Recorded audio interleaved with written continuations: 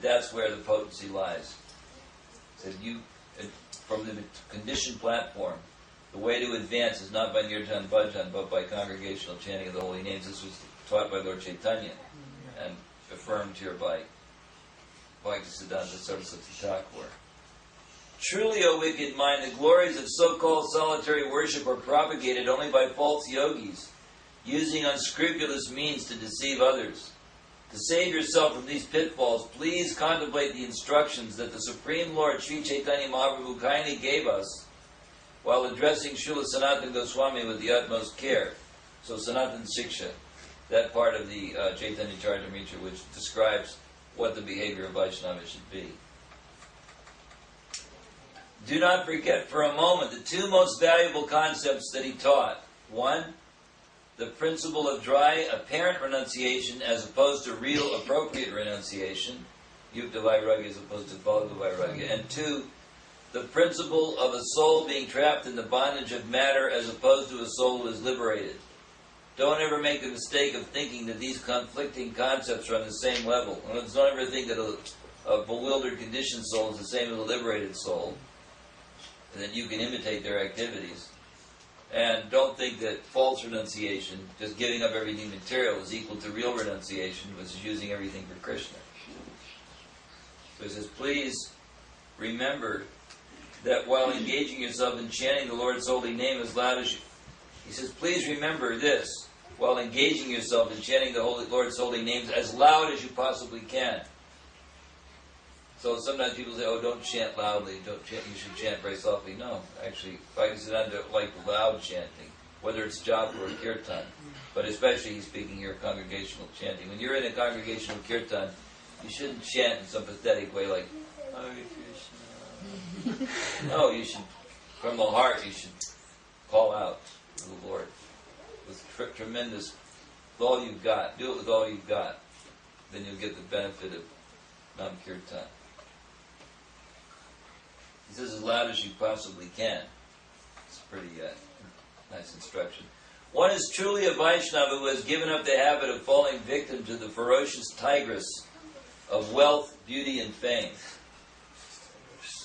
Such a soul is factually detached from material life and is known as a pure devotee.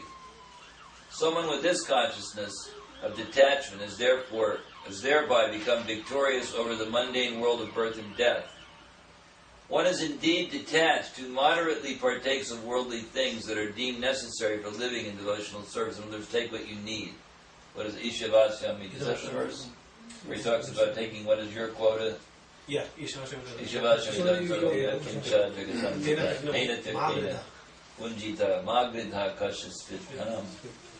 So, moderately partakes of worldly things that are deemed necessary for living in devotional service. A devotee acting in that manner does not fall prey to the disease of material infatuation. Thus, devoid of selfish attachment and endowed with the ability to see things in relation to the Lord, all sense objects are then directly perceived as being Lord Madhava himself. It means the sense objects are seen as not different than Krishna because everything's being used for his service. So they're Krishna's things, so they're not different than Krishna. That wealth is actually Krishna's. That facility is Krishna's. Everything's Krishna's. This is the standard of befitting renunciation, and one who realizes this is most fortunate indeed. Everything involved in such a devotee's life represents Lord Hari's personal, spiritual opulence as manifest in the world of matter. On the other hand, one who engages in chanting the Lord's name with hopes of enhancing his own material reputation finds that all his activities and paraphernalia represent only the riches of hypocrisy. O mind, please reject the company of two types of persons. Those desiring impersonal liberation from the material world, and those who desire to enjoy the pleasure of material sense objects. So it means the impersonalists and the, it's called the sense gratifiers. Both of these are equally non-devotees. The things that are used in relation to Lord Krishna are objects belonging directly to the transcendental realm. And thus having nothing to do with matter, they cannot be either owned or forsaken by persons interested in mundane enjoyment or renunciation. Means that all these things in the world actually belong to God. So anybody who's thinking that I'm renouncing this or I'm enjoying this, they don't understand. That's not theirs to renounce or enjoy in the first place. It's for Krishna's pleasure. And that's, I'd always make that story when Prabhupada was going to give sannyas to Kirtanananda Swami. He said, should I renounce Prabhupada? Prabhupada said, what have you got? So that was Prabhupada immediately. And always in that understanding that, near mama, nothing is mine. That's actually the mentality of a great person.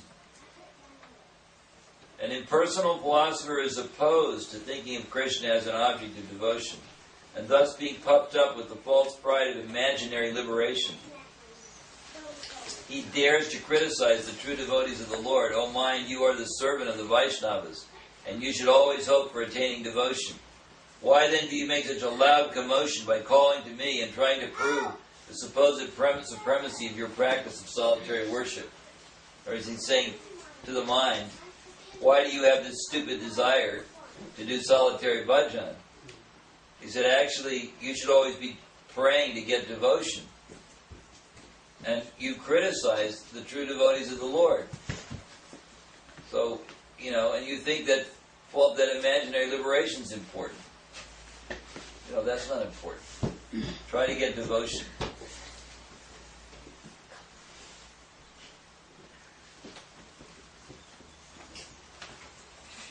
One who falsely gives up things that could actually be used in the Lord's service proudly calls himself a renunciate, but unfortunately he can never become a Vaishnava by such an attitude.